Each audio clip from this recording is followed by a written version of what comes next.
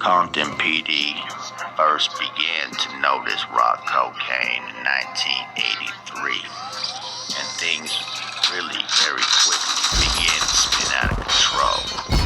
First signal that there was a change happening on the streets occurred when they would drive down a block that was well known for being a place where a particular gang sold drugs.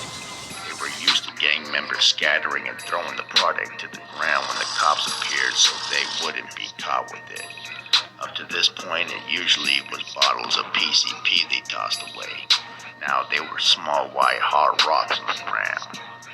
Cops didn't know what this stuff was.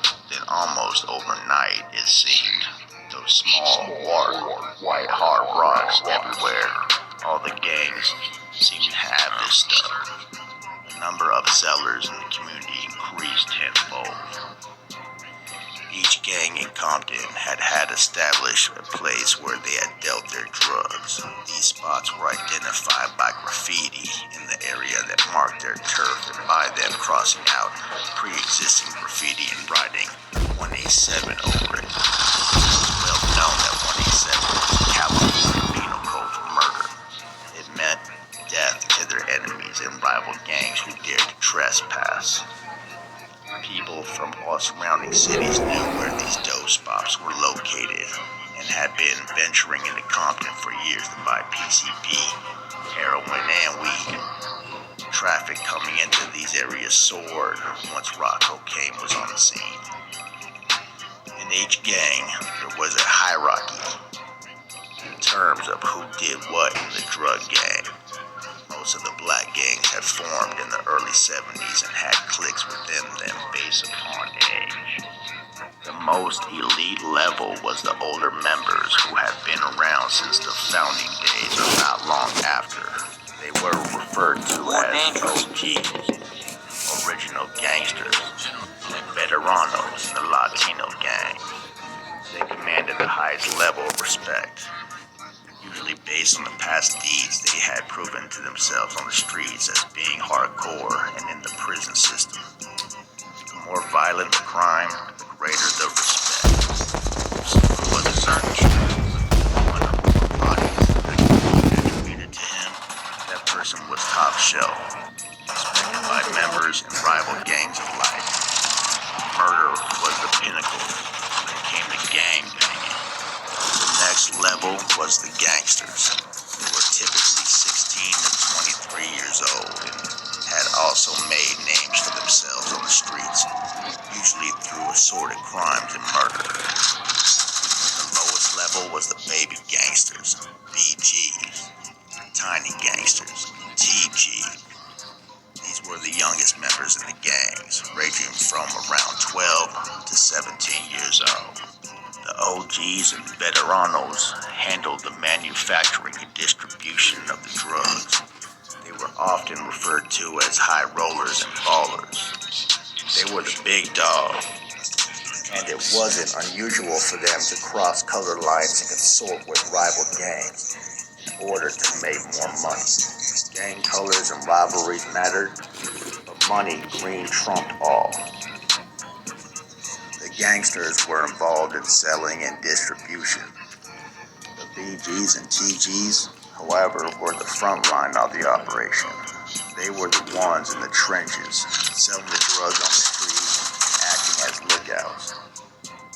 Because BGs and TGs were all under 18, they were considered juveniles, so it was easier for them to incur the risk of being caught by the cops. This worked well within the gang's operation because these kids were released to a parent or only received probation. They would be back on the street selling rocks before their paperwork was even finished. There were by 10 to 20 gang members working the corners in their territory where they sold rocks. Cars would be lined up like McDonald's drive-thru. Gangsters would rush to the cars, going right up to the driver's window, peddling their wares. The idea of what now might not be so shocking, but back then it was so surreal, crazy thing to witness. Anyone who's ever watched HBO series The Wire's depiction of Amsterdam, the protected area where illegal drug transactions were allowed without consequence would have an idea of what it looked like.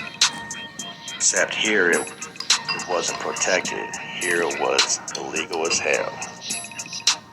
Cops called these dope spots cherry patches. They could drive or walk into them and arrest both buyers and sellers at the same time. They had to be caught first though, because folks broke out in every direction when the law showed up. People poured into Compton from everywhere for rock cocaine. They came from cities like Long Beach, Paramount, Carson, Gardena, and Torrance, even traveling from Orange County. The president was conspicuous. It wasn't hard to figure out what was going on with a nervous-looking white guy driving away from a known block where rocks were being dealt. He was a buyer. Buyers risked a lot coming into these areas to get a fix. Some were robbed, carjacked, and murdered. In addition to these outdoor drug markets, where dope was being sold on the corners, rock houses were being sprung up all over the city. These headquarters where the gang leaders could often be found, usually with stashes of drugs, caches of weapons, and stacks of money. Now, where the cops eventually came to take a name for themselves working as partners on the PM shift, where they could make a bust and harass everyone.